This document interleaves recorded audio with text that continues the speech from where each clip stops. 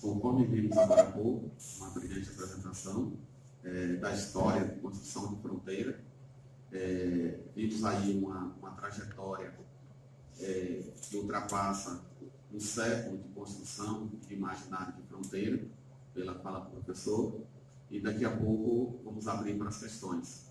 No momento, convido o professor Pedro Raposo para dar sequência à cátedra de hoje, e aí abrimos para os debates.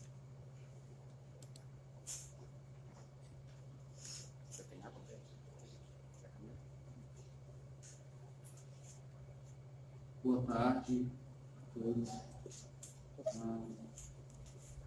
Eu vou fazer a minha apresentação em português, mas devagar, despacio.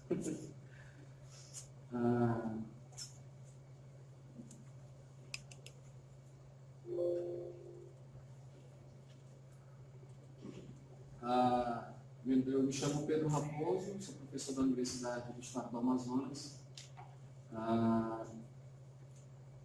E a minha apresentação dentro da temática é um pouco dessa discussão sobre os conflitos socioambientais na Amazônia brasileira, pensando a ideia da violação de direitos humanos e as fronteiras de resistência. A minha apresentação está dividida em três ou quatro partes. No primeiro momento eu vou falar um pouco a respeito das nossas atividades enquanto grupo de pesquisa, no Núcleo de Estudos Socioambientais da Amazônia. No segundo momento, sobre a apresentação, enfim, das pesquisas que nós temos realizado, e eu vou falar especificamente dessa ideia de mapeamento dos conflitos socioambientais nessa região de faixa de fronteira, já que o professor Carlos Zarate coloca isso como uma reflexão. Num terceiro momento, sobre as perspectivas metodológicas e práticas aplicadas nas investigações realizadas, que eu estou chamando aí de resistir e de resistências, as cartografias sociais e a desconstrução das fronteiras do conhecimento normativo. E, por último, algumas considerações acerca dessas reflexões. O Núcleo de Estudos Socioambientais da Amazônia é um grupo de pesquisa vinculado ao Conselho Nacional de Desenvolvimento Científico e Tecnológico, que tem como, digamos assim, uma perspectiva de investigação, de pesquisa e extensão baseada em três pilares, a configuração socioambiental, política e territorial das relações dos recursos e bens naturais na região de fronteira, as representações socioculturais, a produção e reprodução material e simbólica da vida, e num terceiro pilar, no campo da pesquisa e da extensão, as novas formas de apropriação social da natureza e as dinâmicas do capitalismo na Amazônia. Essas são as linhas de pesquisa atuais que estão relacionadas às investigações dos pesquisadores dos grupos. Nós temos a linha Antropologia das Sociedades Amazônicas Transfronteiriças, coordenada pelo professor Rodrigo, da Universidade Federal do Amazonas. Uma outra linha de pesquisa chamada Biodiversidade e Ambiente, que é atualmente coordenada pelo professor Máximo, tem a presença também da professora Tassiana, ambos da Universidade do Estado do Amazonas e da Universidade Federal do Amazonas. E atualmente, mais duas linhas, Sistemas de Informação Geográficos e Estudos Ambientais, que nos possibilita o entendimento da construção das cartografias, e uma outra linha coordenada por mim, chamada Estado, Sociedades e Conflitos Socioambientais na Amazônia. Nós temos aí um pouco das informações relacionadas ao perfil dos pesquisadores do grupo, isso de acordo com o diretório do grupo de pesquisa do CNPq, do qual, a partir digamos assim, da organização das nossas atividades, nós temos aí, de alguma maneira, uma parceria com certas outras instituições do Laboratório de Cartografia Social da Universidade do Estado do Amazonas, coordenado pelo professor Alfredo Wagner, que tem o professor Reginaldo Conceição da Silva representando aqui na Universidade do Estado do Amazonas, em Tabatinga. Outras instituições de pesquisas também ligadas à UNESAM, que são o Núcleo de Socioeconomia da Universidade Federal do Amazonas. Nós temos uma parceria de cooperação técnica com a Fundação Nacional do Índio, que nos possibilita um estudo dentro das terras indígenas atualmente. E a nossa vinculação também é um programa de pós-graduação interdisciplinar em ciências humanas. Dentro desse contexto, A ideia é que o NESAM, enquanto um grupo de pesquisa interdisciplinar no campo das ciências sociais e ambientais, compartilhe de uma investigação, de uma reflexão dentro das condições daquilo que a gente está entendendo aqui nessa região de tríplice fronteira, né, como a microrregião do Alto Solimões, que compõe os 9 municípios, né, do estado do Amazonas, dessa região que é chamada aí de faixa de fronteira na concepção da legislação brasileira. Atualmente, nós temos desenvolvido 4 atividades específicas no campo da investigação, e eu vou estar falando especificamente de uma delas, né, que tem a ver com o mapeamento dos conflitos socioambientais, pensando nos elementos de políticas públicas na resolução e na gestão dos recursos naturais. Além dessas atividades, nós temos outras pesquisas, outras investigações especificamente associadas aí ao diagnóstico socioeconômico sobre gestão ambiental e territorial em terras indígenas. É uma parceria de trabalho, de pesquisa nossa com a FUNAI, na região do Alto Solimões, com a Coordenação Regional do Alto Solimões. E, atualmente, mais 2 investigações, né? Uma sobre um acervo histórico e documental sobre o Vale do Javari, que é coordenado pelo grupo de pesquisa sobre línguas e culturas amazônicas, do professor Sanderson Castro, da Universidade Federal do Amazonas. E um outro estudo também que é coordenado atualmente pelo professor Rodrigo Oliveira, da Universidade Federal do Amazonas, que é um estudo sobre migração e mobilidade entre os povos indígenas em perímetro urbano. Bom, dito isso, eu passo para a segunda parte da minha apresentação, que tem a ver um pouco com as reflexões produzidas a partir da investigação, né, realizada dentro desse contexto, pensando essa dimensão dos conflitos socioambientais na Amazônia brasileira, a partir da ideia da violação dos direitos, né, e de uma reflexão sobre as fronteiras da resistência. E aqui eu estou chamando de fronteiras da resistência, partindo justamente dessa ideia de uma compreensão da realidade socioambiental local e de uma afirmação, né, inicialmente, pensando os conflitos como fronteiras.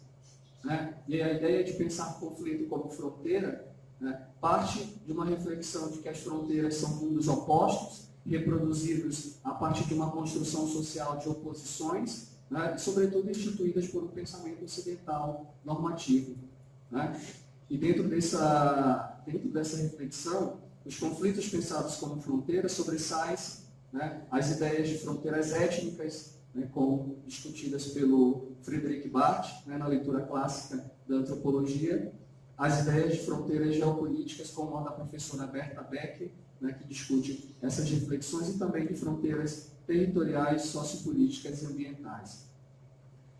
Na tradição inventada, né, das ciências sociais, nós encontramos uma literatura que nos possibilita uma reflexão sobre o que são os conflitos, né, de um ponto de vista de um entendimento da sociedade moderna, né, na sociologia, e a sociedade moderna pensada, a modernidade pensada como um projeto de civilização colonialista do pensamento ocidental. E nessa teoria dos conflitos no campo das ciências sociais, nós podemos encontrar algumas ideias chaves, algumas reflexões que nos possibilitariam entender o que são os conflitos a partir da sociologia. Né? Nessa literatura mais clássica, né, por exemplo, em Emily Durkheim, os conflitos são pensados a partir das tensões normativas, do confronto de interesses de grupos sociais, da ausência de normas, né, disfunção, perturbação, desequilíbrio, perda de harmonia. Né? Dentro desse contexto, a partir dessa reflexão sociológica clássica da sociologia, os conflitos são pensados a partir de uma ideia negativa, explícita, né? Explicita o conceito a partir de uma ideia que vai se sobrepor a outras literaturas clássicas da sociologia, né? Sobretudo em Parsons, tal como Parsons e a teoria dos sistemas. Né? E essa ideia negativa do conflito vai se aproximar da concepção do senso comum que nós temos, da ideia de que o divergente é ruim, né, e o convergente é bom. Numa outra perspectiva, nós temos também Karl Marx, né, na literatura clássica, pensando a partir de uma reflexão do conflito. Sim. A ideia de que os conflitos são o motor da história, né, numa perspectiva ainda que reducionista, possibilita um grande entendimento de uma história, né, uníssona, né? Dentro dessa perspectiva, os conflitos também podem ser pensados como mecanismos de interesses, né? São mecanismos responsáveis pelas transformações sociais, né? E são o principal elemento das lutas de classe nas sociedades modernas. Essa é uma reflexão, claro, pensando a sociedade moderna e a construção sociológica de um entendimento sobre o que é a sociedade a partir do século XVIII e do século XIX. E para finalizar, a gente tem dentro dessa ideia de conflito na literatura clássica da sociologia, das ciências sociais, né, a perspectiva singular de Max Weber, de que os conflitos são formas emergentes, né, das relações sociais instituídas pelo poder e pela autoridade, né, dentro desse contexto das diversas formas do mundo social, nas relações societárias, né, ou seja, impessoais, e nas relações comunitárias de maneiras pessoais. E numa outra perspectiva mais, digamos assim, contemporânea a esse olhar clássico das ciências sociais, né, George Simmel, que é um outro teórico sociólogo, passa a analisar o conflito a partir de uma outra perspectiva, né? Os conflitos aparecem como formas de interação social propostas a resolver, né, dualidades divergentes, né, onde os conflitos são os meios pelos quais os agentes sociais apresentam as suas divergências, né, e também se apresentam como uma forma mais viva de interação constituída pelos processos de associação e dissociação. Né? Dentro dessa perspectiva, cabe a gente entender que da teoria clássica das ciências sociais até a atualidade, há modificações no entendimento sobre o que são os conflitos, né? Sobretudo com o desenvolvimento dos modos de produção dos modelos políticos de organização social. Nós temos aqui uma outra ideia mais atual do que são os conflitos, baseada na ideia dos conflitos socioambientais, né, que podem ser comparados aí a outros tipos de conflitos existentes na sociedade, mas com a diferença, né, específica de que normalmente eles englobam coletividades em torno de bens difusos, né, e de modelos de apropriação social da natureza, divergentes. Né? Dentro dessa perspectiva, eu trago um outro autor que dialoga com essa ideia dos conflitos socioambientais, que vai afirmar, o Paul Elliott-Leu vai afirmar que os conflitos socioambientais podem ser pensados a partir dessas três grandes tipologias: a sua relação em torno do controle sobre os recursos naturais disponíveis, né, em torno dos impactos gerados pela ação humana e a partir dos valores e dos modos de vida divergentes. Né? É interessante refletir que está em jogo no processo de mediação de apropriação da natureza, na ideia, na concepção de conflitos socioambientais, a identificação e análise de atores sociais e do uso dos espaços sociais, né, dentro dessa perspectiva.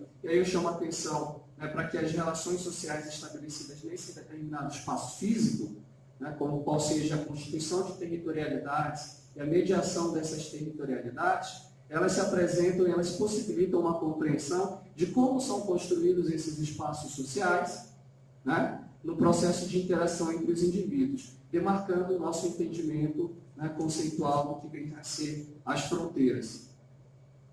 E aí, essa ideia de fronteira como espaço social, eu trago a partir de uma reflexão pensada por Pierre Bourdieu, né, de que os espaços sociais são produzidos a partir de uma oposição, né, entre indivíduos, e essa oposição entre indivíduos também opõe ideias, modelos de organização, né, e, sobretudo, políticas.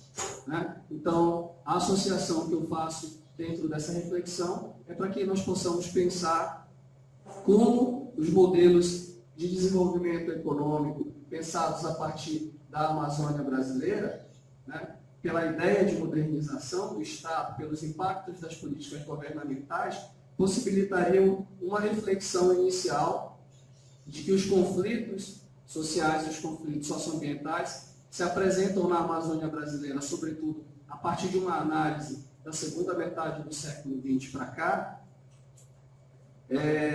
dentro de uma reflexão muito específica, né, que tem a ver com estes elementos que eu apresento, a ideia de que o modelo de desenvolvimento adotado para a sociedade brasileira, ele permitiu um reordenamento político que delineou estratégias fundamentais à inserção de um modelo econômico forçado à realidade socioambiental local das sociedades ameríndias, né? Dentro desse contexto, eu trago a ideia de modernização a partir de uma reflexão habermasiana, da teoria de Habermas, de que a modernização se apresenta como os aspectos de uma organização jurídico, administrativa e político-econômica, né, que no caso brasileiro, na adoção das políticas de desenvolvimento, sobretudo a partir da segunda metade do século XX, se materializa de diversas formas, né, sobretudo externalizando determinados fatores ambientais e sociais. Isso quer dizer que os modelos econômicos de desenvolvimento, né, capitaneados pelo governo militar da ditadura, a partir da década de 50, se transformam em grandes aberrações alienígenas à realidade local, né? Sobretudo reflexos daquilo que foi chamado de os mega empreendimentos na Amazônia brasileira, né? Nós temos aí uma série de exemplos, né? O projeto Grande Carajás, né? O acesso do capital privado à mineração, né? E dentro dessa contextualização, nós podemos compreender que, de fato, há, né, consequências, há, de fato, o impacto causado por esses modelos de desenvolvimento econômico, né? Sobretudo porque eles produziram novos antagonismos sociais, né? Gerando a transformação, possibilitando, modificando a transformação do modo de vida e a sobrevivência das comunidades rurais, com o avanço, né, de um modelo que o professor Otávio Guilherme Velho vai chamar de capitalismo autoritário e campesinato, né, ou seja, pensando a ideia da ditadura relacionada ao modelo que foi chamado das frentes de expansão agrícola, né? E a ideia das frentes de expansão tem uma concepção do que é a fronteira dentro desse contexto e o que ocorre, consequentemente, dentro dessa ideia, né, de que os conflitos gerados pela transformação do modo de vida das sociedades rurais, né, passam a ser latentes com o avanço, né, dos sistemas produtivos possibilitados aí pelo agronegócio. No caso especificamente brasileiro, um dos problemas que merece destaque está associado às questões fundiárias, aqui já colocadas, né, sobretudo em relação à violência resultante dos projetos de fixação econômicos financiados pelo Estado brasileiro. O professor Carlos Zarate apresentou inicialmente, né, o que acontece da década de 50 até a atualidade, até o processo de redemocratização do Estado brasileiro em 1988, né, e como isso, de fato, se transfigura nos conflitos, né, comparados ao cenário global, né, e atualmente revelando a inoperância da justiça penal e a irresponsabilidade do Estado brasileiro para com as sociedades amazônicas, né? E aqui eu trago alguns dados que eu acredito que são importantes para a gente pensar a atualidade dos conflitos, né? Segundo algumas informações, segundo os dados do último relatório da Global Witness, a Amazônia brasileira concentra 9 em cada 10 mortes, né, de ativistas por conflitos ambientais. Isso representa 87% dos assassinatos que ocorrem no Brasil, né, ocorrem dentro da região amazônica, e o Brasil ele é o primeiro lugar no ranking durante os 5 anos consecutivos, né. Nós temos hoje ainda os reflexos desse modelo exógeno de política de desenvolvimento econômico, que pode ser representada nesse quantitativo, né, de um resultado do relatório que eu sistematizei aqui do início desse ano, da Global Witness, que mostra a comparação do Brasil em termos de assassinato no mundo rural em relação aos outros países, né, que também são destaques. E se a gente, de alguma forma, passa a entender que os conflitos socioambientais refletem na violência, na privação dos direitos sociais, no acesso à terra e no acesso e na ocupação da terra, a gente consegue entender também o modelo de tipificação sobre as mortes e os assassinatos durante os últimos 30 anos. Né? Com alguns dados da Comissão Pastoral da Terra, a gente consegue entender, por exemplo, né, que grande parte, né, dos assassinatos que ocorrem na Amazônia brasileira estão relacionados aos poceiros, né? A poceiros, a sindicalistas rurais, a trabalhadores rurais, ou seja, todos aqueles, né, que foram renegados dentro de um modelo de desenvolvimento econômico que perdura durante os 40, 50 últimos anos. Né?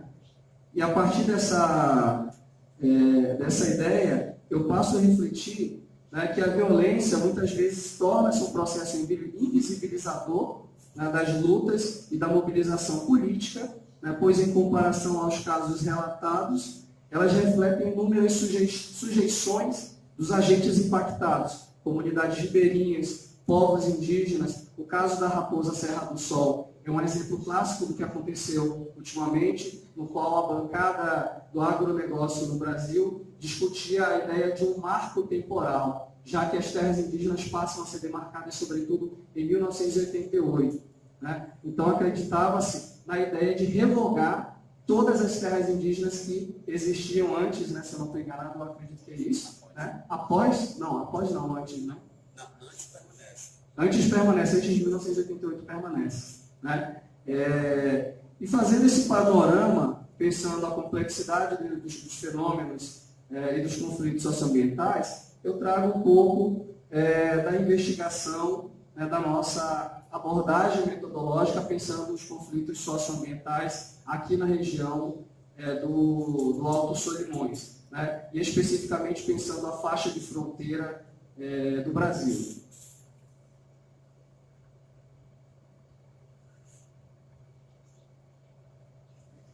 No Alto Solimões, nós evidenciamos que as tensões sociais pela apropriação dos recursos naturais são marcadas historicamente. E aí, quando eu falo historicamente, é de um passado mais recente, né? Pensando nesse modelo de desenvolvimento econômico a partir de um recorte histórico e temporal, né, da década de 60 para cá, né, por inúmeros fenômenos. Eu poderia destacar, como o professor Carlos Arati já destacou, o narcotráfico, a intensificação da ação ilegal de madeireiros, mineradoras, pescadores comerciais, né, de fato, todos os elementos que possibilitariam o entendimento da funcionalidade da nossa economia lícita e ilícita e como isso tem uma relação direta com terras tradicionalmente ocupadas. E a ideia de terra tradicionalmente ocupada aqui é apresentada com uma perspectiva jurídico-normativa, né, de que é um território imprescindível à manutenção das atividades que permitem a reprodução material e simbólica, né, dos povos locais. E nesse contexto, os conflitos nessa porção da região do Alto Solimões, na região de faixa de fronteira, eles podem ser pensados como reflexo dos estabelecimentos de uma relação entre as atividades produtivas comerciais, oriundas de uma diversidade de modelos de apropriação social da natureza, e como esses modelos de apropriação exógenos ao mundo e à realidade local impactam, né, e transformam e engendram novos conflitos, né, dentro de um cenário de incertezas. E a gente tem, de fato, uma série de questões que envolvem esses inúmeros conflitos, né, e como, consequentemente, eles têm dificultado a garantia dos direitos territoriais e a gestão dos bens naturais de uso comum. Eu estou usando a categoria de bens naturais de uso comum como uma contraposição à ideia de recursos naturais, né? Que a ideia de recursos naturais é pensada a partir de uma perspectiva economicista, no campo das teorias econômicas, enquanto a ideia de bem comum se aproxima de uma reflexão, né, mais direta ao modo de vida dos povos indígenas, a ideia de que os bens comuns eles não são pensados a partir de uma perspectiva mercadológica, né, e sim a partir de uma perspectiva de usufruto coletivo da terra. E eu trago um pouco das inquietações das nossas investigações, pensando a partir dessa região da faixa de fronteira, algumas atividades que nós realizamos a partir do MESAN, né?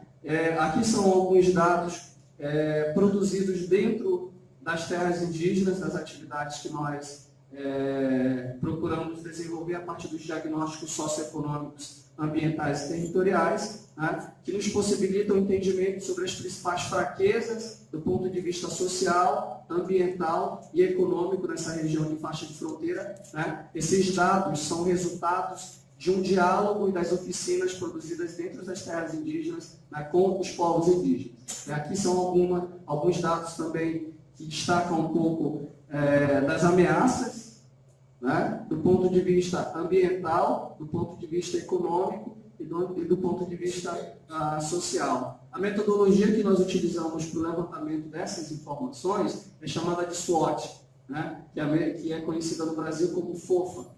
É uma metodologia que procura avaliar as fortalezas, as organizações, as fraquezas e as ameaças, né, de um determinado território a partir de um olhar possibilitado pelos seus agentes sociais. Né? E quando nós convertemos esses dados, essas reflexões, de maneira objetiva, de maneira verticalizada, pensando os conflitos socioambientais, né, isso tem nos possibilitado a entender, né, aquilo que eu estou chamando aqui da cartografia dos conflitos socioambientais nessa região da faixa de fronteira, pegando os dados da região da faixa de fronteira com as comunidades rurais e indígenas e não indígenas, né, e isso tem, de alguma forma, sido pensado, né, a partir de algumas tipificações sociológicas sobre o que são os conflitos socioambientais. Né? Isso aqui é um resultado justamente das ocorrências e das denúncias formais apresentadas no Ministério Público Federal, no Tribunal de Justiça e na Polícia Federal, né?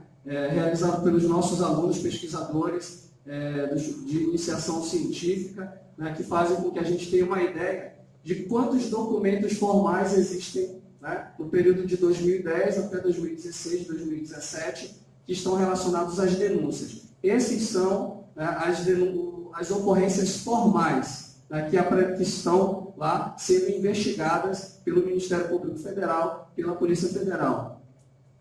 Porém, nós temos aqui também um outro modelo que está mais específico, né, pensando aí a tipificação desses conflitos segundo a fala dos moradores locais, dos interlocutores, né, dentro de um contexto onde se sobressai o desmatamento, a extração ilegal de madeira, a ocupação ilegal da terra indígena, né, a exploração do minério, dentro de uma abordagem mais, digamos assim, específica, né, essa ideia de que na microrregião do Alto Solimões a transfiguração desses conflitos e os ataques aos direitos sociais e territoriais dos povos indígenas e não indígenas são representados, sobretudo, pelas formas de exploração desses recursos, desses bens naturais, né, e que podem, digamos assim, serem pensados a partir dessa tipificação da violência.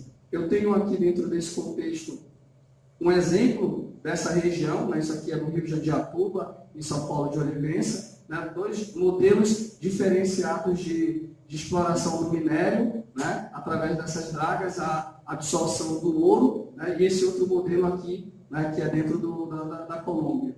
Né, são modelos diferentes. No nosso caso, a repercussão da exploração do garimpo, do ouro, né, se dá por um outro modelo.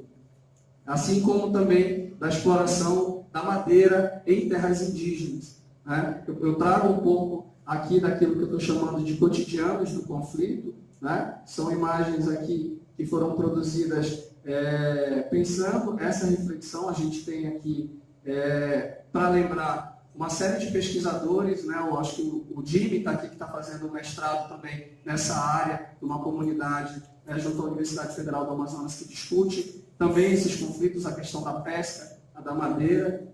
E a gente tem aqui uma outra imagem, uma outra ideia do que esses conflitos se transfiguram, né, que é aquilo que eu estou chamando de uma judicialização dos conflitos socioambientais.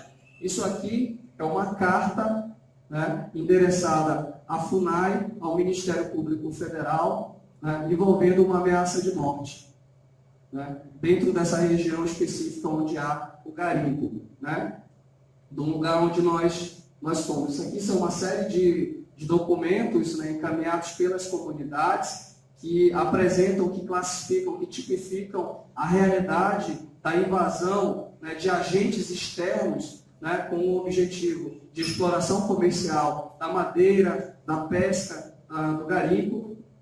E aqui eu trago uma imagem que é um pouco forte, ela é forte, né, ela representa uma das comunidades onde nós trabalhamos, em que um morador da comunidade sobreviveu a uma tentativa de assassinato, né, ele teve a sua casa queimada, ele foi amarrado, o fogo queimou a corda que estava amarrando a mão dele, né, ele ficou com as marcas da corda que ele estava amarrado e ele conseguiu sair e sobreviver. Né? Isso é um pouco daquilo que acontece aqui, e sobretudo como há uma realidade invisibilizada da violência, né, que é reproduzida como invisível por uma perspectiva mercadológica de apropriação social da natureza. Né? Então a gente pode imaginar que essas modalidades de conflitos elas levam à sujeição e à reprodução de uma invisibilidade desses grupos sociais, né, mobilizados por um processo de disputa e de manutenção dos seus territórios. Né? O professor Carlos Zarate chama a atenção para isso também, na ideia de que a violência e os conflitos particulares à realidade local possuem expressiva relação com a história de ocupação, com o desenvolvimento das políticas dos Estados nacionais, baseados na exploração dos recursos naturais e na militarização da fronteira. Né? O reflexo desse processo contemporâneo tem também repercutido nacionalmente. Né? Eu trago aqui algumas imagens das operações que aconteceram no ano passado, né? Do governo, do Exército Militar, junto com a Polícia Federal, encabeçado pelo Ministério Público Federal, que procurou desarticular algumas áreas, né, de garimpo, exatamente nessa região onde nós realizamos a investigação. Né? No mês de agosto de 2017, inclusive, isso repercutiu nacionalmente e internacionalmente, né, com a investigação de possíveis massacres nessa região de povos isolados, que foi, de fato, investigado pela Polícia Federal e pela FUNAI. Né? Isso repercutiu nacionalmente, repercutiu internacionalmente, né, em diversos veículos, em diversas mídias, que passaram, de fato, recentemente a tentar problematizar e a visibilizar um pouco daquilo que, de fato, acontece já há algumas décadas dentro desse espaço, dentro desses territórios, né, dos quais, infelizmente, nós não conhecemos. Né? Ou se conhecemos com um olhar do senso comum. Certo? Dito isso, eu passo para uma outra abordagem, pensando os conflitos socioambientais, que tem a ver com uma reflexão que eu faço sobre a ideia de resistir e das resistências a partir das cartografias sociais, né, como uma desconstrução das fronteiras do conhecimento normativo.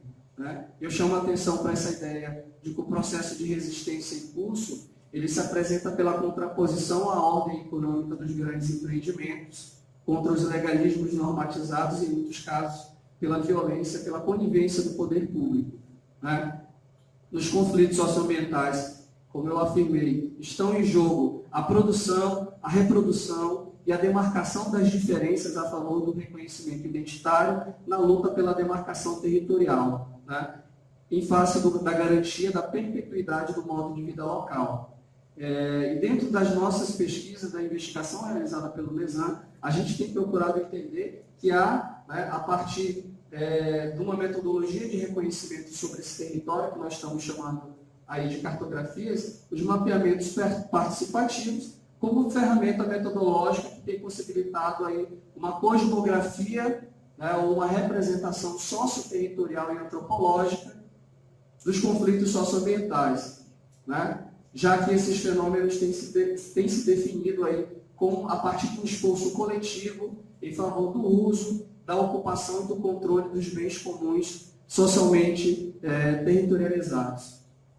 E aqui eu trago um pouco, né, das atividades que a gente realiza a partir do grupo de pesquisa, né, pensando que esse movimento de resistência dos povos indígenas, das sociedades rurais nessa região da faixa de fronteira, né, se apresentam a partir, né, de uma compreensão do que significa a identidade, né, e uma identidade étnica diferente da identidade nacional, né, dessa identidade nacional construída, né, sobretudo, né, na fala do professor Carlos Zárate, nós vemos como essa identidade nacional é construída e como as identidades étnicas, elas de certa maneira são apagadas, são relegadas, são esquecidas dentro desse processo, né? E a pesquisa com os mapas, com a cartografia social, nos permite, né, o entendimento de que a valorização, né, a partir da valorização do saber local, uma reflexão sobre essas representações,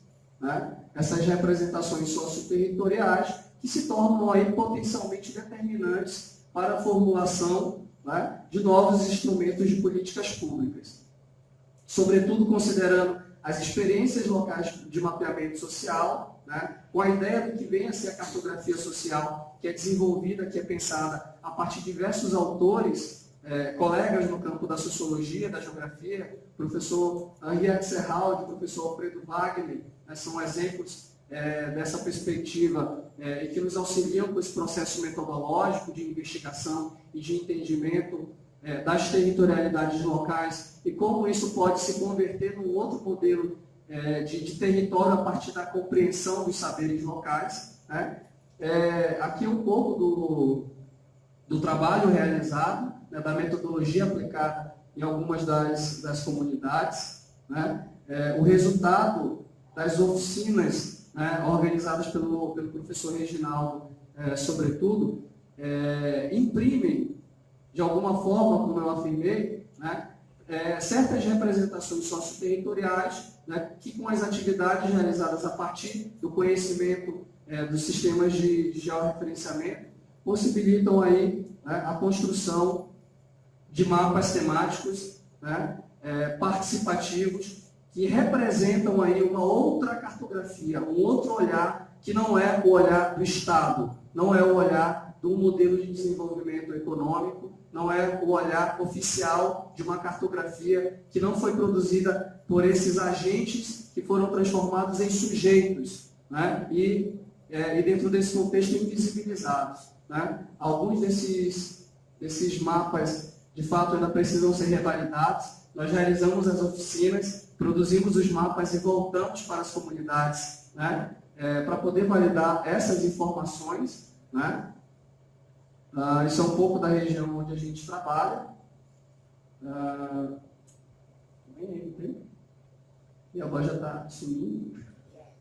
E aí eu já passo algumas considerações finais que eu acredito que são importantes para que a gente possa pensar essas ideias, né? Os conflitos socioambientais, eles são resultantes das estratégias de expansão das atividades econômicas na região amazônica e das suas inúmeras formas de apropriação da natureza, também são marcados aí na atualidade pela fragilidade, né, e impotência das instituições possivelmente resolutoras dos mesmos, né? Isso significa dizer que nós afirmamos que essas presenças ausentes de um Estado que não condiz com a realidade local, que não procura solucionar esses problemas, esses conflitos, né, tem tratado, digamos assim, de maneira conivente com esse processo, né?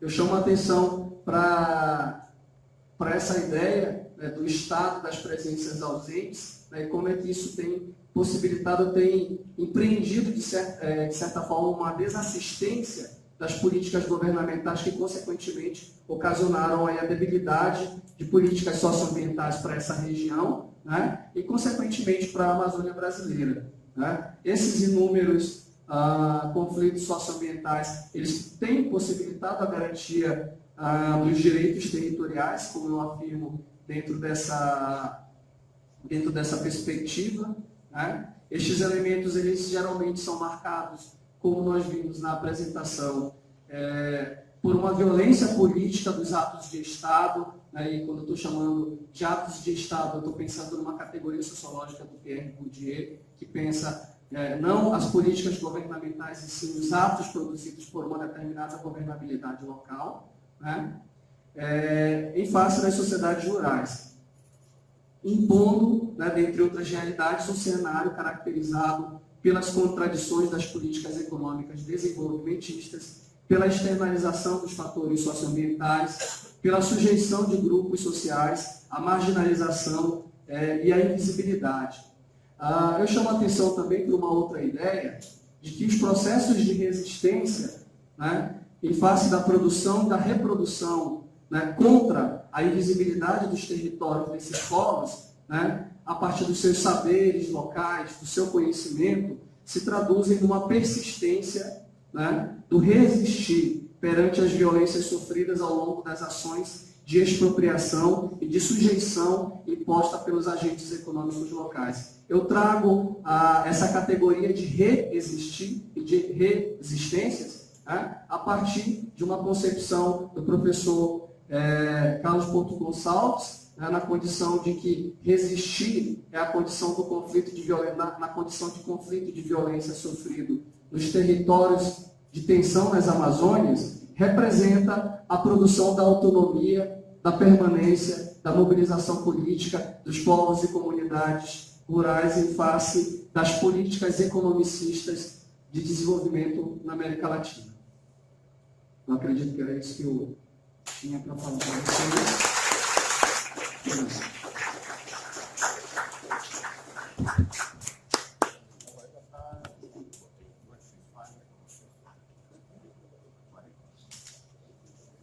Bom, agora, depois da explanação do professor Dr. Pedro, podemos ter uma compreensão maior sobre a dimensão de pensar a fronteira e refletir sobre o papel do próprio Estado, dos Estados, sobre essa dinâmica de ser morador, de ser pesquisador da fronteira amazônica. Nesse sentido, cabe algumas provocações que vêm da plenária. Já tem um inscrito, mais alguém? Gostaria de salientar que vamos abrir um bloco, né, de 4 perguntas. Os nossos palestrantes fazem a intermediação, depois mais 4. Pedir para quem for fazer as perguntas se apresentar e direcionar a um dos 2 palestrantes. Gracias por llegarme. Buenas tardes. Soy Nicolás Victorino, antropólogo, investigador del Grupo de Estudios Transfronterizos de la Universidad Nacional. Bueno, yo traía resumir son como 4 o 5 comentarios, principalmente para el profesor Carlos Zárate. Pues la exposición del profesor Carlos Zárate pues, nos convoca a unas reflexiones históricas. Entonces yo comienzo a pensar como en este problema de integración o de determinación de construcción de la frontera, ¿en qué momento aparece ese geográfico, esa figura de trapecio amazónico? ¿Cuál es el origen de esa metáfora hegemónica, esa área central que se ha instaurado? Yo alguna vez le preguntaba a Carlos y me decía, yo pienso que es una metáfora de origen militar, un poco promocionada por los yanquis. Entonces vamos a ver qué nos responde el profesor Carlos. Avanzando un poco, también como en ese correo cronológico que nos plantea Carlos, creo que quedó por fuera un poco el origen de lo panamazónico.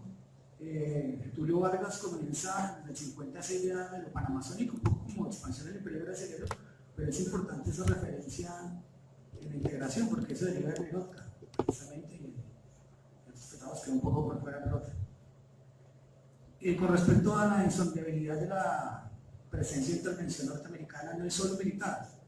La USAID, Conservación Internacional, Amazon Conservation Team, Nestlé, desde los 60 en el Caquetá, son formas de intervención norteamericana. Es el imperialismo con sus diferentes facetas, entonces es también como que un poco sin citar. En este transcurrir de políticas desarrollistas a políticas conservacionistas, pues ese dilema entre desarrollo versus conservación desaparece. Realmente ya se pierde el conservacionismo, es una nueva cara del desarrollismo. más ahora en el sistema financiero internacional de venta de bonos de carbono. Y finalmente, pues el decreto de áreas no municipalizadas, que se reivindica como un espacio de autonomía, reivindicación y de construcción de territorios en la frontera, realmente es una armadilla de Estado, por lo que Juan Carlos Peña, que se debe dar los avances de Gaia. Realmente, si usted se pone a detallar ese decreto, genera una falsa autonomía, genera nuevas figuras territoriales, nuevas figuras administrativas, y genera un poco de procesos administrativos que aún no están en definición. La Agencia Nacional de Tierras, Ministerio del Interior tiene que hacer un largo proceso para el reconocimiento de las tierras indígenas, lo cual va a ser muy caro y prácticamente imposible. Entonces realmente creo que es otra jugada de aquellas de Santos ahí, con su contradicción jurídica administrativa, por un lado reconociendo supuestos derechos y autonomías, y por otro lado pues, impulsando los grandes proyectos extractivistas. Y finalmente para el profesor Pedro, pues es interesante cómo digamos, esa presentación que hace Pedro de esos problemas, esos conflictos socioambientales y la ambientalización de políticas públicas nos hace reflexionar que para el lado colombiano, ese conservacionismo que estamos viviendo, esa política ambientalista también ha invisibilizado problemas como el acceso a tierra. El problema agrario en la Amazonía ha desaparecido, eso lo decía el profesor Fernando Franco en muchos de sus debates, y es bueno recordarlo. Está invisibilizado el problema de tenencia de la tierra en la Amazonía por estos discursos conservacionistas e indigenistas. Y agradecer el aporte de las ideas de entender los recursos como bienes de uso común, porque inclusive en la política neoliberal colombiana tenemos el pescar a llamarlos servicios ecosistémicos. Entonces, pues muy bien, profesora. Pocos comentarios.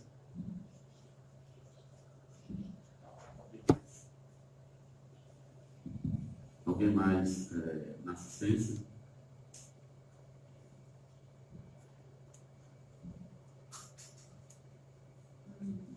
Buenas tardes. Mi nombre es Catalina Lema, estudio antropología, estoy haciendo movilidad desde la sede de Bogotá.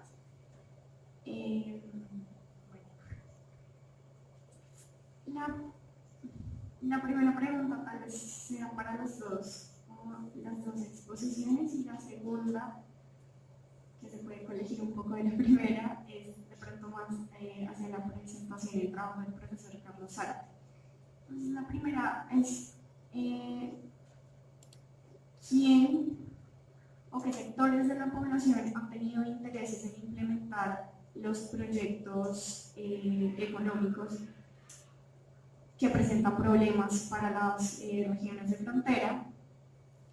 Y la segunda sería si estos sectores vienen siendo los mismos encargados de generar las políticas de frontera, es decir, el Estado o más bien las clases dirigentes, si será entonces la formulación de políticas públicas la solución, o habrá otras formas y otros sectores de la población que deban hacer frente y que sean lo suficientemente fuertes para generar soluciones efectivas.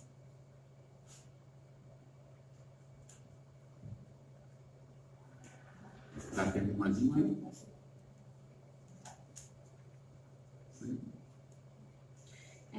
Boa tarde, meu nome é Kirna, eu sou antropóloga e aluna do curso de mestrado em antropologia social.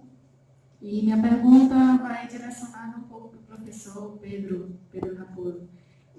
O NESAN, ele faz parceria, como ele falou, uma parceria, eles têm uma ajuda com o Ministério Público e a Polícia Federal, né?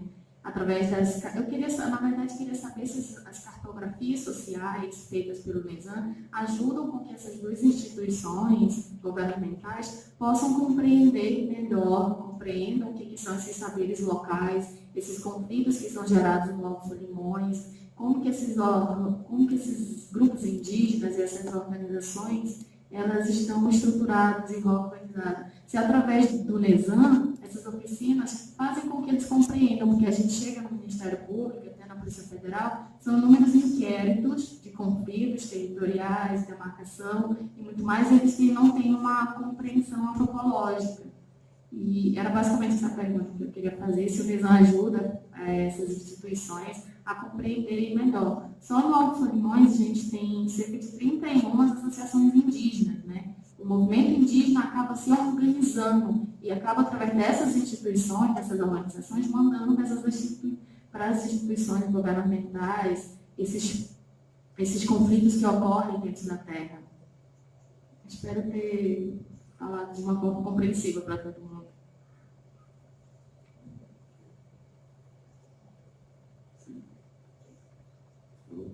Buenas tardes, mi nombre es Jaime Gutiérrez, soy abogado. Pues queda claro que, según estas dos explicaciones de los profesores, la frontera es un factor de conflicto y de firmeza de soberanía de ambos estados. Que aquí llega Brasil, aquí llega Colombia, y no como una línea demarcatoria de unión entre dos poblaciones o sociedades diferentes, que para mí lo que debería ser. Es el modelo de integración que sería lo ideal. Entonces, me gustaría que me dijeran cómo resolver esa situación si digamos, el capitalismo y la globalización generan fenómenos de explotación en las zonas selváticas, en las zonas de protección, pero a la misma vez aplicar modelos nacionalistas territoriales genera también exclusión y otros fenómenos.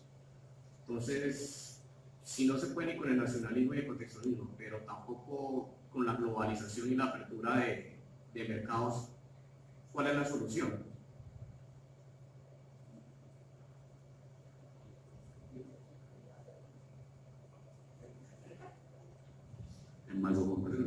Mi nombre es Germán Grisales, soy el cónsul de Colombia en la población de al lado, es decir, de Tabatinga, y eso me hace sentir orgulloso porque puedo tener una comprensión general, aprender a tenerla, mucho más diversa y con aportes de las realidades vividas, de los ejemplos, de los obstáculos encontrados y también de las soluciones. Tenemos una gran discusión con Carlos Zárate en torno a las políticas públicas que se han hecho, pero hay cosas en las cuales estamos también de acuerdo. Yo quisiera apuntar algunas cosas acá, por ejemplo, el tratado de Río, el acuerdo que se llevó a cabo para terminar la guerra. Hay un acta adicional que yo siempre hago énfasis en él porque por primera vez se habla de derechos humanos aquí en la zona de la Triple Frontera. Ese es uno de los aspectos que lo pone uno a pensar en cómo nacieron los derechos humanos acá, la categoría, la idea siquiera de que existía como tal. Y aunque tiene limitaciones, valdría la pena que se analizara para la historia de la Triple Frontera. El segundo punto que yo señalaría para el caso de la construcción de la frontera nuestra, la de Colombia, es que efectivamente desde un principio hubo una desconfianza en la población indígena como guardafrontera. Eso es lo que da el origen, es el origen de la incursión o la importación, entre comillas, de colonos militares que parecían más eficaces para salvaguardar una frontera frente al otro. Sucede que en los años 90 del siglo anterior ya las cosas cambiaron porque se empezó a hablar de la frontera como elementos de integración y no como elementos de confrontación como había sido hasta ese momento.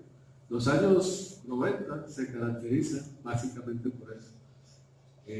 Pero no es fácil, porque era ir de un discurso hasta un discurso contrario, que es extremadamente complicado de poner en práctica cuando hay ejércitos diferentes, con diferentes tradiciones, y también cuando hay expectativas de poblaciones que no son las mismas, pero están en el mismo lugar. Por ejemplo, los colonos, los indígenas, de cada una de las etnias, y tantos otros venidos desde lejos, hasta nosotros los que vivíamos al otro lado de Colombia, en el Caribe de nuestro país. Todos estos son aspectos que van delineando y van haciendo, digamos, características muy específicas de la zona de la frontera. Hay algunos puntos que nos dicen a nosotros cómo se construyó la frontera y sobre todo cómo se construyó desde una forma artificial. Por ejemplo, el primer ordenamiento territorial que existe aquí en lo que llamamos trapecio amazónico fue hecha por un diplomático que nunca nació aquí, ni tuvo, por supuesto, una acción destacada, pero había nacido en Bogotá. Y él hizo casi todo lo que hoy aparece como los corregimientos departamentales o como las áreas no municipalizadas. Si ustedes comparan ese primer mapa de acá con lo que hay en la actualidad, realmente son muy pocas las diferencias entre uno y otro orden mental que está en una cartografía. Entonces, y finalmente me quiero referir al tema que señalaba el compañero respecto de la ponencia de Carlos, en el sentido de que ahí quedó como muy diluida la importancia que tuvo el Tratado de Cooperación Amazónica y la otra, que han sido en gran medida los aportantes a que tengamos una idea de que hubo una Amazonía común por la cual todos tendríamos que luchar porque teníamos un destino común. Una percepción de esa naturaleza que en gran medida fue aportada por Brasil y que es la que hace que miremos los estados, pero no miremos las regiones naturales que serían parte de todo ese conglomerado desde un punto de vista diferente al de la OSCA, digamos, actual. Entonces, quería decir esas cosas porque, al igual que la percepción de la geografía, también la antropología va creando unos enfoques y esos enfoques tienen un impacto real en la vida cotidiana. Por ejemplo, en el caso de la creación de un orden territorial como el que les tocó a los indígenas, digamos, sufrir a lo largo de todo, a pesar de que eran ellos los más designados pues, por el destino para poder señalar qué era lo que querían y qué era fundamentalmente lo que entendían de esta frontera. El trapecio amazónico, que es una de las preguntas finales, que aquí voy a terminar, yo creo que nació porque habían dos percepciones en la negociación y cada grupo de negociadores trataba de mover los intereses ocultos que tenía cada país en esa negociación compleja. Entonces los colombianos realmente lo que querían era una salida al Amazonas y los peruanos realmente lo que querían era avanzar hacia el Caquetá. Así que esa parte que estaba en duda desde hacía mucho tiempo se considerara como tal de ellos. Entonces, la parte que en el manipuleo de la negociación se fue dando fue la figura de un trapecio que ayudaba a que los colombianos se sintieran que tenían acceso al Amazonas, como hoy realmente es una cuestión muy importante. Hoy en día es uno de los problemas que tenemos con el Perú, en el sentido de cómo garantizar, o los peruanos, cómo garantizar que la línea fronteriza en términos reales no se corra a un lado por las corrientes hidrográficas y todas esas cosas. Es un punto complejo, pero para nosotros los colombianos en esa negociación nos interesaba esencialmente llegar hasta el Amazonas. Y los peruanos afianzaron desde el punto de vista jurídico la llegada hasta el Caquetá, que siempre habían creído que era de ellos. Pero básicamente esa es lo que, a mi modo de ver, era la razón por la cual aparece el trapecio en esa negociación. Gracias. Temos então 5 participações e cada expositor terá um tempo de 10 minutos e serviremos um breve break, um intervalo de 10 minutinhos e regressamos para a fala final, iniciando com o professor Carlos Vara. Bueno, gracias. Muy rápidamente, las preguntas y comentarios de Nicolás. Lógico que algunas de las cosas que él plantea no se discutieron, no se desarrollaron, algunas están por ahí, pero por razones de tiempo no se abordaron mucho. En parte tiene razón, ¿cierto? En algunas de esas cosas estamos de acuerdo, en otras no tanto. La primera pregunta, la forma de trapecio amazónico. Yo tengo una percepción de que las líneas que se trazaron para crear el trapecio amazónico son un rezago del Tratado de Tordesillas. Trazó una línea desde las Islas Vírgenes hasta yo no sé dónde y pasaba por no se sabe dónde, ¿cierto? Era una línea imaginaria que pretendía englobar las áreas de jurisdicción y dominio de Portugal por una parte y de España por otra. Ustedes saben que para qué sirvió esa línea, para qué sirvió esa línea, para absolutamente nada, sobre todo en la región amazónica. Entonces, ¿y cómo se trazaron las líneas y las fronteras africanas? ¿No? Trazando unas líneas, ¿no? O sea, el prurito que todos seguramente tenemos con respecto a que en todo está metiendo la mano el Estado hegemónico y los militares, pues uno a veces dice, a eso hay que mirar un poquito con más cabeza fría. Y aquí, ¿qué fue lo que pasó? Exactamente lo que dice Germán, ¿no? Que los colombianos estamos pidiendo hacer del Amazonas, pero eso era las imaginarios también de las élites colombianas de que en esa época era muy importante, acuérdense ustedes, en la época de la borracha, económicamente el río Amazonas era muy importante, entonces había que tener acceso al Amazonas. ¿Cómo se hizo eso? Pues entonces para encerrar el territorio colombiano también, de darle continuidad geográfica, pues sencillamente se mandaron 2 líneas, así más o menos arbitrarias, ¿cierto?, que unieran el río Putumayo con el río Amazonas. Entonces, en la desembocadura del río Cotué, en el Putumayo, digo, arriba en el Caquetá, perdón, en la Paporis, la desembocadura, y abajo la quebrada San Antonio. Esa línea se la inventaron los peruanos y los brasileños en 1851.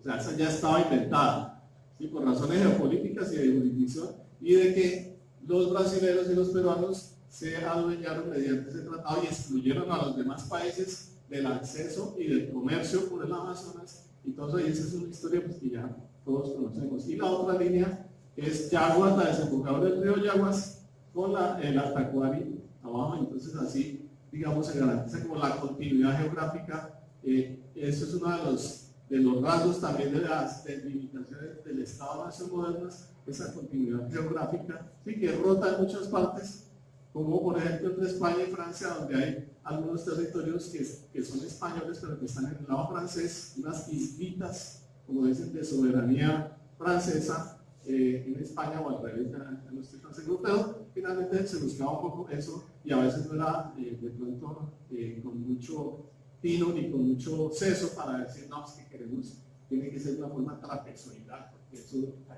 eso me parece que tiene mucho más para comentar que lo que aparece, ¿cierto? Lo panamazónico, claro, lo panamazónico como lo de integración no aparece mucho ahí, realmente no se desarrolla, pero efectivamente eso está presente. Se habla de Getúlio Vargas y debemos acordar que Getúlio Vargas propuso e impulsó la integración amazónica y además anunció en el año 40 la gran conferencia panamazónica, ¿sí?, a llevarse a cabo en Manaus en, no sé, octubre, noviembre de 1940. El caso es que revisando todos los archivos de los cónsules, ¿sí?, previos a esa fecha, se mencionaba en todos los artículos de prensa la llegada de Getúlio Vargas a Manaus para formular la integración panamazónica.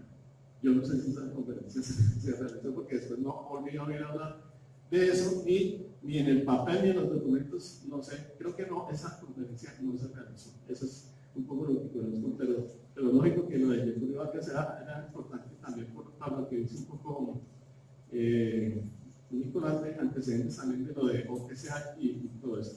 Lo del intervencionismo de los Estados Unidos, lógico que simplemente está mostrando un poco el aspecto que es más importante allí, o más relevante, más visible, ¿sí?, de la presencia militar a través de los programas de Estados Unidos. Pero claro, están los otros programas, ¿sí?, está USAID, están todas esas cosas que nosotros, digamos que conocemos bien, e incluso a veces también trabajamos con ese tipo de políticas. Entonces, finalmente, eso tiene, claro, un punto de discusión bastante interesante y complicado.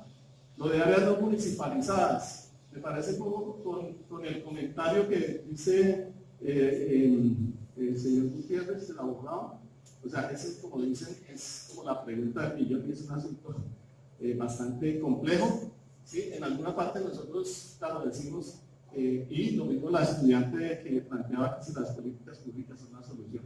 Pues a veces uno como de qué hecho partimos nosotros, es que claro, queramos o no, estamos en una, como dicen, todavía el predominio de la figura del Estado-Nación es importante, como decía por allá un sociólogo Giddens, decía que sigue siendo el principal recipiente de poder, ¿sí? Las fronteras, a pesar de que sean porosas o no, pues son las paredes de ese recipiente, y de alguna manera también por eso explicábamos un poco en la primera sesión que el eje o el Estado-Nación lo hemos tomado como punto referente para analizar, digamos, ciertos arreglos fronterizos o regímenes fronterizos, sin desconocer que las fronteras son la conjunción de un montón de procesos, de dinámicas, de conflictos, ¿sí?, que son simbólicos, que son a veces territoriales, pero a veces no son territoriales. Entonces uno se plantea en ese sentido, ¿qué es lo que se estaba planteando en las ciencias sociales el siglo pasado finales, o algunos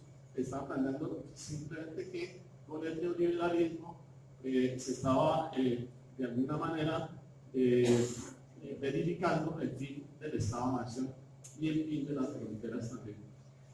Sin embargo, por eso también decimos hoy cosas como las que están pasando con Estados Unidos o lo que sea, uno parece que dice, no, que están reforzando esos contenedores nacionales. Ahora las políticas de eso no entiende muy bien en qué lógica se inscribe, ¿cierto?, de querer perfeccionar esa herramienta histórica de los países o de las naciones de crear Estados-Nación. Entonces, ese problema finalmente, eso si lo tomamos en relación a los conflictos territoriales, a lo de la reivindicación, por ejemplo, de los indígenas, de sus resguardos y de sus tierras, uno dice, podría plantearlo así: ¿acaso los indígenas están haciendo concesiones, ¿cierto?, a sus aspiraciones territoriales cuando se meten a negociar por las reglas de juego del Estado, ¿cierto?, sus territorios? Están cometiendo un error, ¿cierto?, están ayudando a reforzar la idea de Estado-Nación. Entonces, esa es una pregunta que es un poquito también compleja y que tenemos que lógicamente abordar en algún momento. Hay un punto que, bueno, tengo un poquito una diferencia en la apreciación que tiene Germán sobre guardias de frontera, que fue la figura de Rondón, ¿cierto?, para resolver qué. O sea, él lo que hizo fue que reconoció primero que estos territorios están habitados también por indígenas, ¿sí?, y la solución que él planteó fue tratar de reconvertir, ¿sí?, a los indígenas en esa solidaridad nacional, en esa idea de soberanía también, asignándoles una función, o sea, de manera instrumental, decir, oye, aquí los indígenas, si están ahí, ¿por qué no les damos una y por qué no los colocamos a ejercer la función de guardas de la frontera? En cambio, en Colombia no había eso. O la solución que le dio Colombia, a pesar de que aquí también había indígenas, ¿cuál fue? Importar a los colombianos, importar la colombianidad. Entonces, en ese sentido, definió las políticas de colonización militar. militares, policías venidos de donde pues ya sabemos, de Huila, de Nariño, de varias partes del país. Entonces, hay ahí una diferencia realmente de fondo en nuestra respuesta a cómo colombianizar a los indígenas. Y esa es otra discusión que me parece bastante compleja, pero interesante. Por ahí yo dejaría por ahí.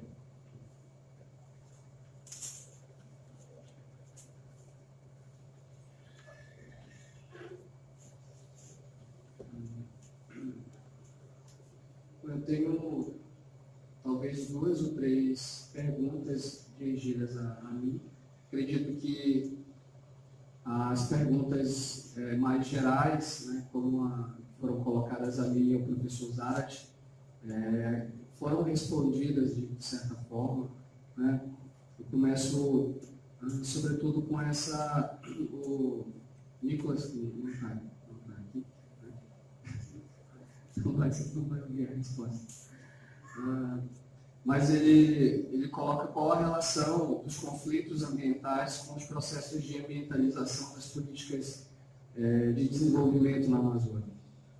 Eu entendo, e nós disponibilizamos os artigos, né, a ideia de que essa ambientalização das políticas de desenvolvimento é uma nova face, é uma nova ação do Estado nos processos de reapropriação social da natureza.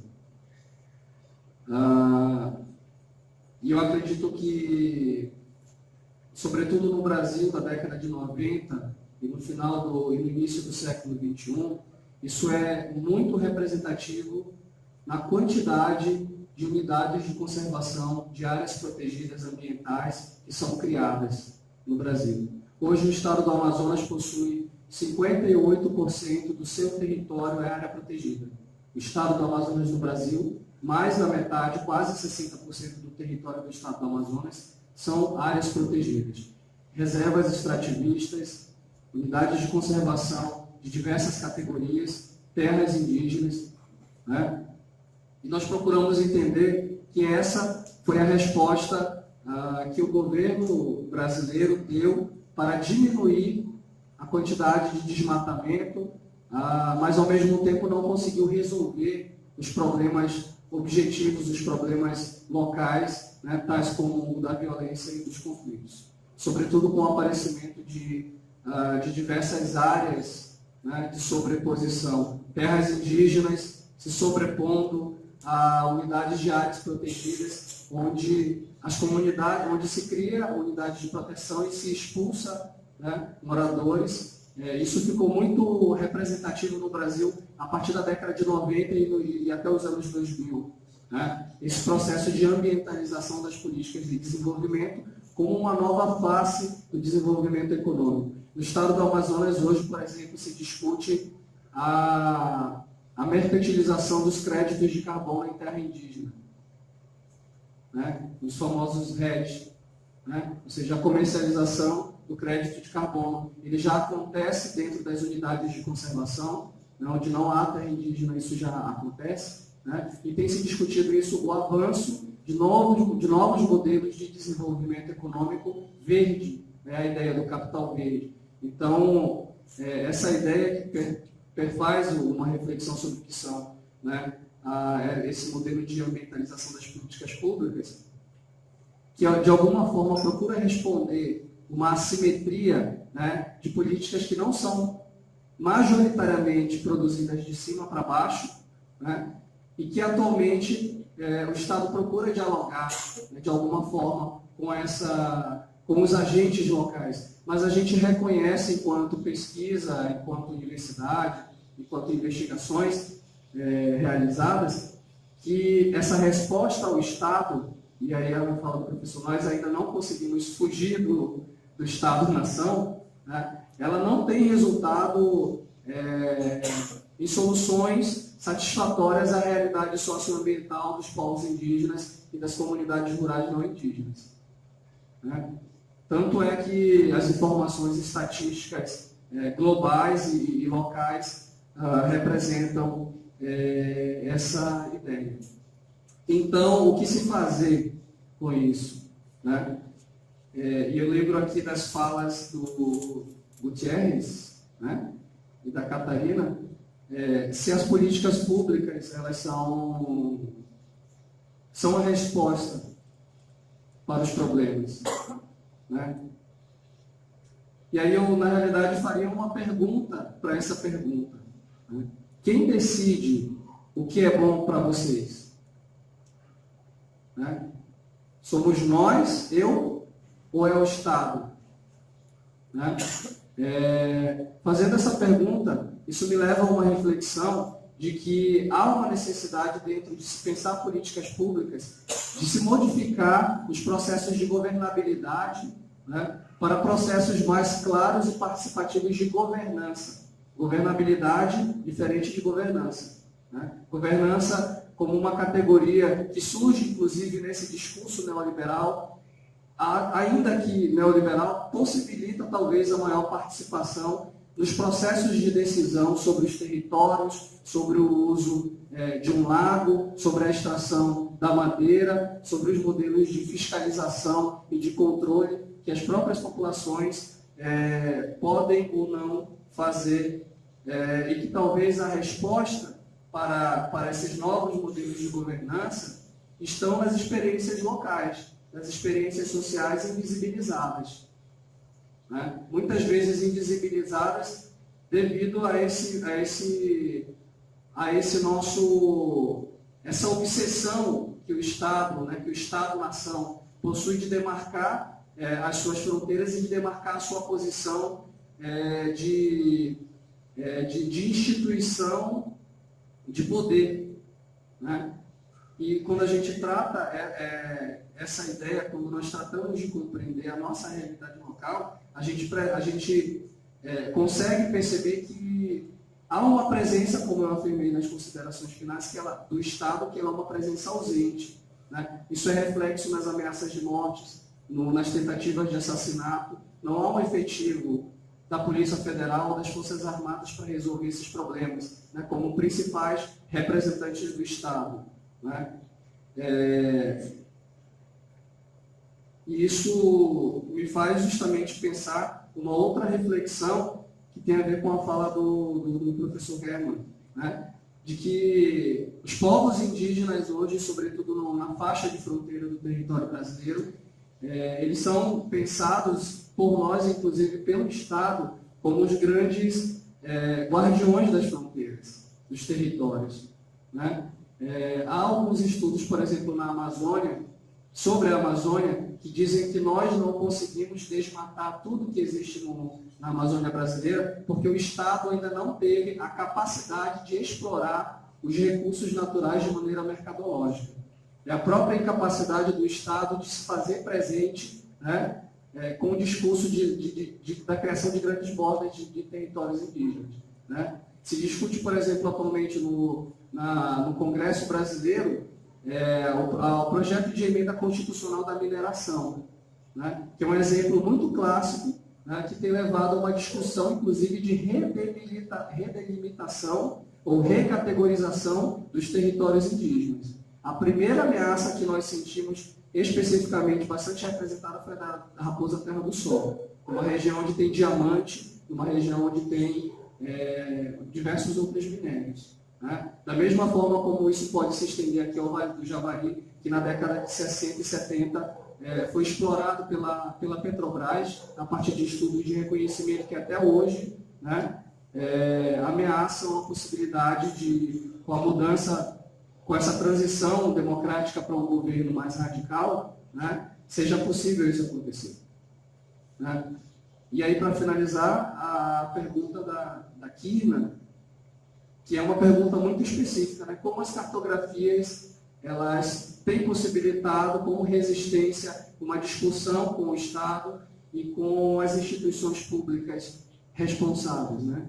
Eu poderia deixar o microfone para o professor Reginaldo falar a respeito disso, né? Mas acho que já está com o tempo, né? Mas o trabalho que tem sido realizado é justamente de sistematização desses saberes a partir daquilo que a gente tem chamado de cosmografias territoriais. Né? Isso é processado, isso é devolvido para as comunidades e, de alguma forma, também chega a essas instituições, né?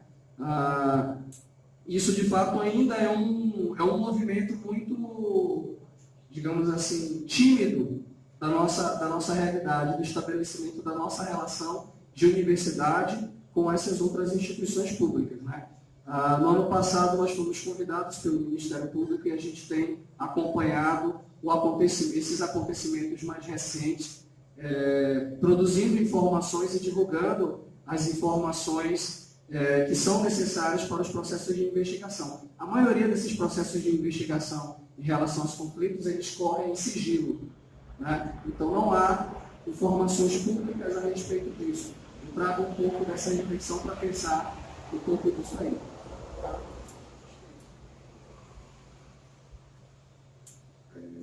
Eu vou, a pedido do professor Pedro, serei breve na explanação.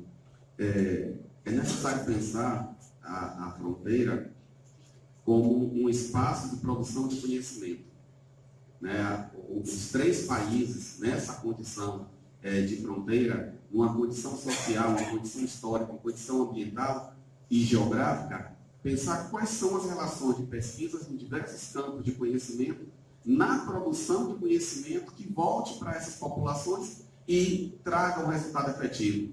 Nesse sentido, a pergunta sobre cartografia social, ele nasce numa perspectiva, ganha um certo corpo e uma certa dimensão geográfica, sobretudo na porção da Amazônia brasileira, que a cartografia social deixa de ser um instrumento para ser algo acadêmico, pensado academicamente, de uma forma multidisciplinar, e as suas reflexões alimentando aí a produção de conhecimento, desde a graduação a pós-doutorado, e um processo de mobilização de diferentes instituições que visam essa produção, que visam a produção do conhecimento, que visam a aplicação prática daquilo que se pode produzir sobre a Amazônia.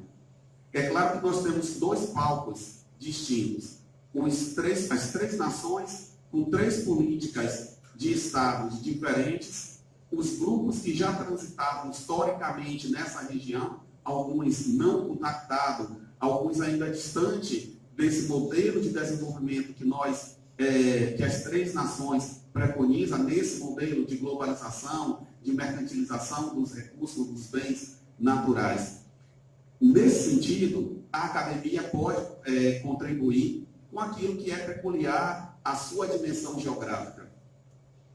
Acredito que pensar academicamente, pensar a produção de conhecimento capaz de refletir, sinalizar para o Estado ou aos Estados-nação daqui da Tríplice Fronteira, qual o atual quadro que essa delimitação, ou que uma delimitação historicamente pensada há 200 anos de ocupação dessa porção geográfica, como ela representa na configuração política, econômica, social e ambiental hoje.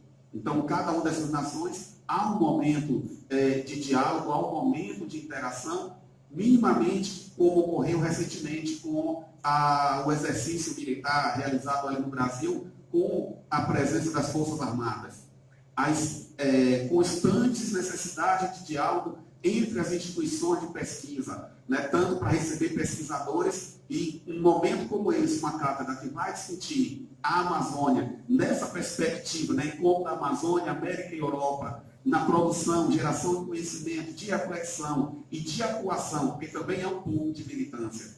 É necessário ainda pensar outras gerações para que a gente possa dar conta dessa complexidade que é a Amazônia, né? Então, não conhecida, então, necessitando ainda de mais reconhecimento para possibilitar aí as múltiplas resistências que a gente possa vir a encontrar nesse palco, propício a fomentar cérebros, né?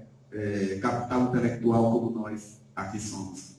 Bom, temos 10 minutinhos para um rápido coffee break e chamamos. E logo em seguida a gente vai retomar, porque tem ainda aí as participações, senão a gente não dá tempo do retorno. Temos mais uma cadeira ainda, tá bom? Aí já começa chamando. Obrigado.